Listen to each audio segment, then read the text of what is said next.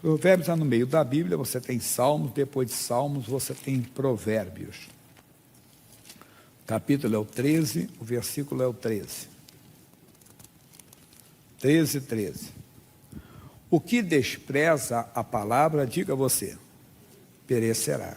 Mas o que teme o mandamento será galardoado. Temer é respeitar, né?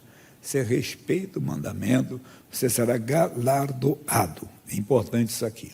Aí nós vamos ver aqui pessoas que começaram a desprezar a palavra. A história mais conhecida nossa, do desprezo da palavra, é de Saul, lá em 1 Samuel, capítulo 13. 1 Samuel, capítulo 13. 1 Samuel, capítulo 13, versículo 8. E esperou 7 dias ao tempo que Samuel determinara. Não vindo, porém, Samuel a Gilgal, o povo se espalhava dele. Então disse Saul: trazei-me aqui um holocausto e ofertas pacíficas, e ofereceu o holocausto. Até aí nada demais, aparentemente. Vamos dizer que sim. E sucedeu que, acabando ele de oferecer o holocausto, eis que Samuel chegou. E Saul lhe saiu ao encontro para o saudar. Então disse Samuel: que fizeste? Disse Saul: porquanto via que o povo se espalhava de mim, e tu não vinha nos dias aprazados. E os filisteus já tinham se ajuntado em Migmais. Eu disse: agora descerão os filisteus sobre minha Gilgal, e ainda faço o Senhor, não orei, e forcei-me, e ofereci o holocausto. Então disse Samuel a Saul: agiste nessa mente, e não guardaste o mandamento que o Senhor teu Deus te ordenou. Opa, então ele tinha um mandamento, mas não respeitou. Lembra de Provérbios 13. Quem despreza a palavra, perecerá. Mas o que teme o mandamento será galardoado. Temer, então, é respeitar as ordens de Deus. E a ordem de Deus não era para ele oferecer o sacrifício, mas o sacerdote. Mas é o caso do ser humano. Se você ler a mensagem de hoje do missionário R.R. Soares, ele fala sobre isso. Quantas pessoas querem assumir um lugar que Deus não colocou, Deus não deu para elas, mas elas querem forçar, notam que não é aquilo. Elas querem, no ministério é a mesma coisa, nós temos que tomar cuidado, na obra de Deus. Às vezes nós queremos dar... Não. Quando você decidir, não estou falando, por favor, nenhuma arrogância, nenhuma prepotência, de maneira alguma. Mas quando você orar pelo pastor da igreja, ora com temor, ele dá direção para o teu servo. Não assim, Jesus, esse homem está errado, esse homem está doido, não sei o quê. Não. Ainda que você ache isso, que é louco. Mas a Bíblia diz que Deus chama as coisas loucas para confundir as sábias. E às vezes a direção que Deus dá é louca. Veja a direção que Deus deu para Gideão. 300 homens. Que a direção primária, primeiro, era ele sozinho. Mas aí foi com 300 homens. E ele tinha um exército de 30 mil. Mais de 30 mil. Ele ficou com 10 mil, depois ficou com 300. Isso é loucura, Gideão, não é Deus. Gideão marcando assim, pessoal, nós vamos só com esses 300. Quando ele fala, esse cara está bem, esse cara ficou louco. Vamos dizer que a pessoa até orasse: Deus, o Gideão está louco. Ele está dizendo que o Senhor falou que ele quer só 300. Essa é a direção que Deus dá. Eu falei que, um testemunho que você ouve de vez em quando, eu estava num canal de televisão, estava lá o missionário, aí troquei de canal, estava o homem também. Meu Deus, aí troquei, está ele de novo, eu disse: então vou ver o que ele quer. Aí a pessoa diz assim: esse cara não tem sabedoria, esse missionário. Ele põe um programa na rede tal, da hora na rede tal, no mesmo horário, está jogando dinheiro fora. Não faz isso não, irmão. A Bíblia diz que uma alma vale mais do que o quê? Todo dia do mundo. Por causa daquela criancice, ou daquela estupidez, ou daquela loucura, ou daquela burrice, que tem gente se convertendo. Porque o cara trocou de canal, esse homem de novo? Trocou de canal, mas, meu Deus, que perseguição é essa? Eu vou ouvir o que esse homem tem para dizer. Foi uma alma que se converteu. Já vale todo o dinheiro que foi investido. Mas a pessoa não vê isso.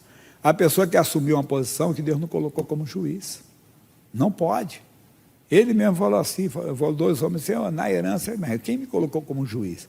Eu não sou juiz para isso, você tem que ter autoridade para isso. Então, cuidado. E as pessoas se perdem, e o Saul perdeu. Aí nós vamos, não vou falar tudo agora, no capítulo 15, Deus dá uma ordem expressa para ele, ele não obedece. Aí já foi uma coisa deliberada mesmo. Porque tem aquele mandamento que é para todos, né? E tem aquele mandamento que é ímpar, que Deus fala ao seu coração, que é a direção que Deus dá. E Deus deu uma direção para ele, direta, leia o capítulo 15, e ele desobedeceu, perdeu o reino. Mais do que perder o reino, ele perdeu a presença de Deus com ele. Se você ver depois das batalhas, as vitórias de Israel foram com Davi. As vitórias começam com Golias, né? Você vai ver que as vitórias aparecem depois do capítulo 15, só com Davi. Não tem mais vitória com Saul. Mas o Saul continuou rei, até que o Samuel morreu. E quando o Samuel morreu, o Saul ficou o quê? Desprovido da presença de Deus, ou da ajuda de Deus. E o que aconteceu no capítulo 28, no versículo 4, quando Saul viu, eu estou correndo aqui, tem mais mensagem que eu dou para vocês, o que eu estou dando durante o dia. E ajuntaram-se os filisteus e vieram a Sunem, e acamparam-se em Sunem. E ajuntou Saul todo Israel, e se acamparam em Gilboa. E vendo Saul o arraial dos filisteus, temeu, e estremeceu muito o seu coração. Esse é sinal, nós explicamos, o medo, quer dizer, é a ausência de Deus. Porque quando você tem aprendido, a Bíblia, não temas, sou contigo. Quer dizer, quando você teme diante do mal, teme, mas é um câncer, suspeita de um câncer, mas seja o que for, ele vai ser destruído pelo poder de Deus. Mas se não for, então eu vou para o céu. Eu vou estar com Jesus, que é incomparavelmente melhor. Quer dizer, a pessoa sempre tem a vitória. Ele não pensa em outra coisa. A maior alegria dele não é de ser curado. É claro que ele quer a cura. Mas a maior alegria a maior alegria é que nada vai acabar comigo. Eu vou para o céu. Mas a pessoa não quer isso. Parece que ainda não conhece o céu. Parece que tem medo do melhor. A pessoa, porque ainda não está ligada como deveria. Mas voltando para a mensagem de agora. Então verifique se não está acontecendo isso com você. Eu sempre explico. Deus, ausência de medo. Medo é ausência de Deus. E aqui existia isso. Aí ele perdeu a batalha. Aí ele foi consultar até a Deus, pediu, Deus não respondeu, porque ele não queria Deus. Ele queria a ajuda de Deus só. Deus não respondeu. Mas se ele pede, Deus, eu sei que errei, como eu errei durante toda a minha vida, mas venho pedir a tua misericórdia. Deus, e Deus não responderia, Deus falaria com ele, para ele colocar a casa em ordem, para ele fazer como tinha que fazer.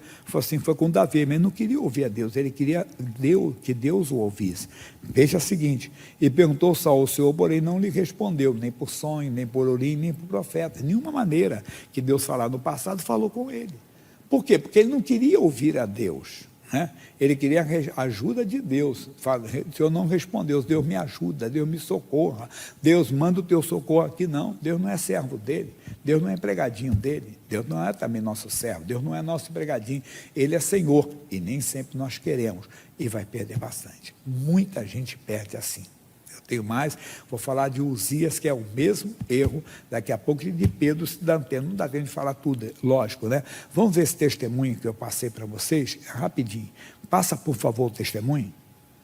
Bom, meus amigos, estou mandando esse vídeo aí do que aconteceu lá em Portugal, para você ver como Deus é importante e é bom, e quer abençoar você. Não importa o seu problema.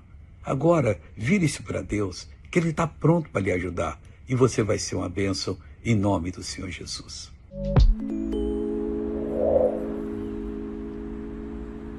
Como um mês atrás a gente pediu oração para minha mãe, ela foi diagnosticada com cancro na boca.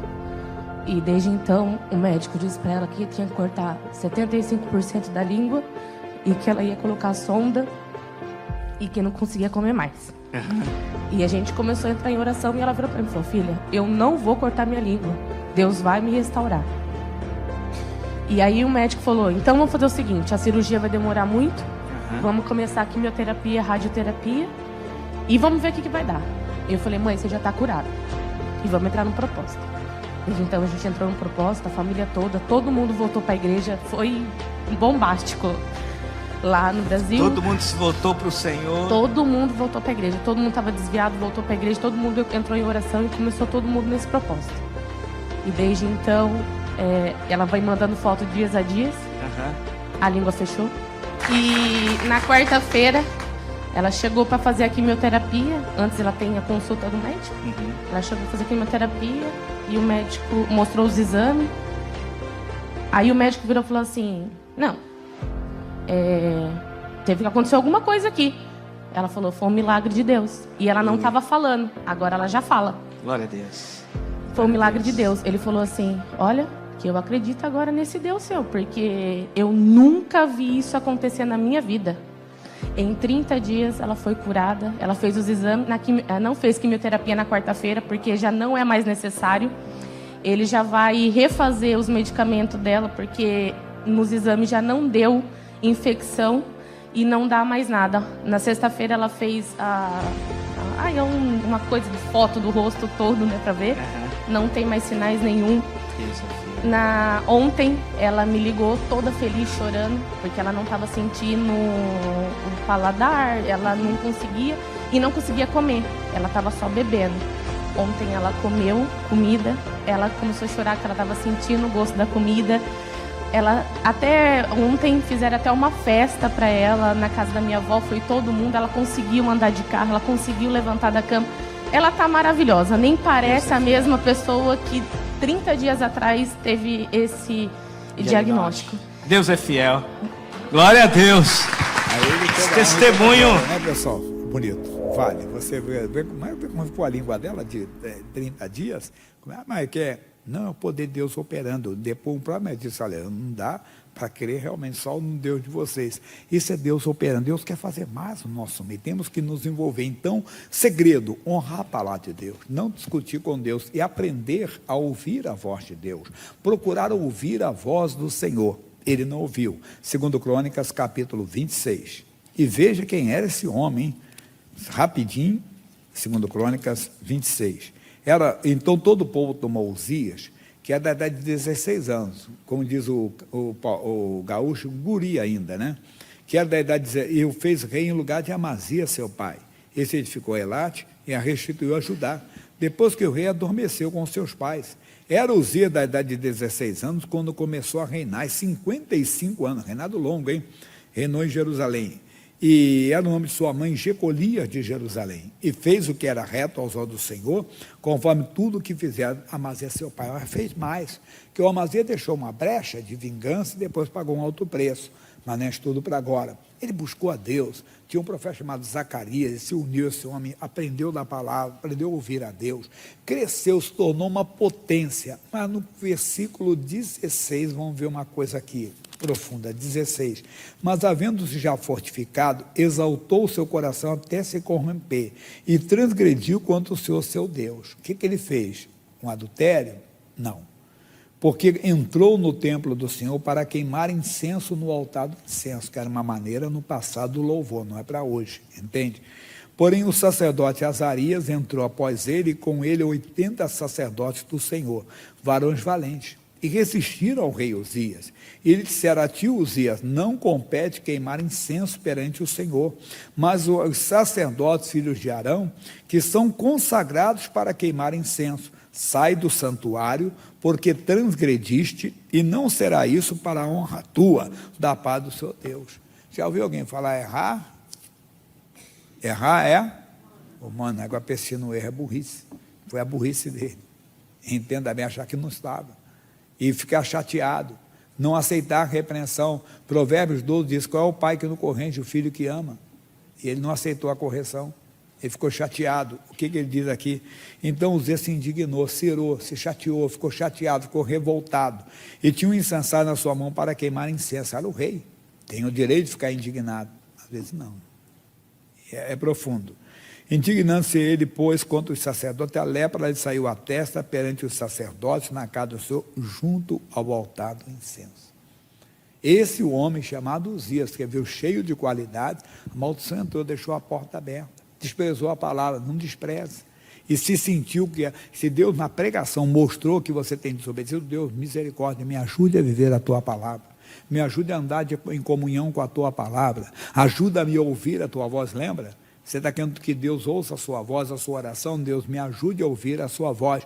Busque primeiro o reino de Deus, Deus lhe dominar primeiro. As outras coisas Deus vai acrescentar. Não queremos sempre. Então nós vimos aqui, ele vai então e perde o reino. Entende? O filho dele, Jotão, entra no lugar dele, e mais ainda, ficou leproso até o dia da sua morte. Mas por que Deus não o curou? Porque ele não se humilhou diante de Deus.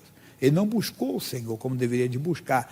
Errou, busque, Deus é misericordioso. O ancestral dele, Davi, disse, ele perdoa todas as nossas iniquidade. Perdoaria esse pecado dele. E o perdão de Deus é perdão e restituição. Mas ele não fez, não buscou. Não seja cabeçudo, desculpa a expressão, não seja turrão, obedeça a Deus. Sentiu que está agindo fora da palavra, não discuta com Deus, não brigue com Deus, seja uma pessoa simplesmente dirigida por Deus e Deus vai lhe dar a bênção. Aí nós vamos agora, pessoal, para o Novo Testamento, rapidinho que o tempo voa, Lucas 22, 31. Aqui é só leitura que não dá tempo de explicar muito não, mas é bem conhecida a passagem. E disse também o Senhor a Simão, Simão, Simão, eis que Satanás vos pediu para vos cirandar como trigo. Tem esse pessoal chamado de intérprete, hermenêutico, que gosta de fazer uns estudos que são bons, que eles pegam significados das palavras. O nome Simão quer dizer aquele que ouve.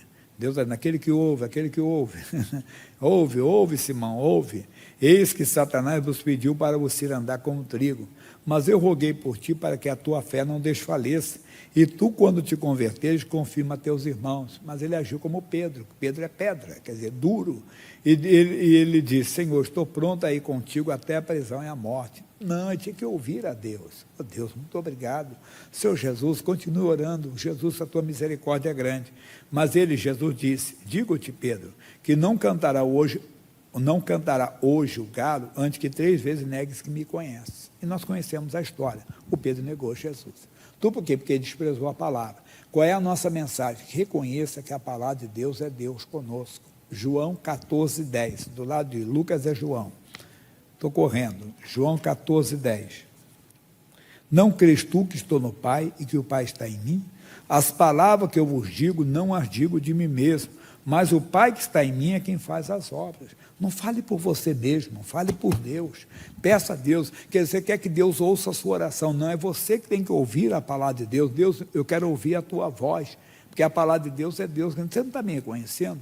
O que eu estou falando aqui? Eu não falo por mim, não é homem que está falando, eu estou falando da palavra de Deus, somos nós. Nós temos que ter a direção de Deus, seguir as orientações do Senhor. Aí nós vamos ter Deus se manifestando, nós vamos ter Deus operando. Por isso, aqui do lado, um pouquinho atrás, João 5,39, o que nós temos que fazer? Isso aqui é conhecido. João 5,39. E ele diz, examinai as Escrituras, porque vós cuidaste nela até a vida eterna. O tipo de vida que Deus tem para você, vida eterna, é a vida do tipo de Deus. A palavra aqui é zoé, a vida do tipo de Deus, está nas Escrituras. Examine as Escrituras, Jesus falou mais ainda, porque são elas que testificam de mim. Você vai conhecer Jesus nas Escrituras. Aí vai mudar completamente e você vai ter muito mais, não dá para ir à frente agora, mas está aí para você um resumo.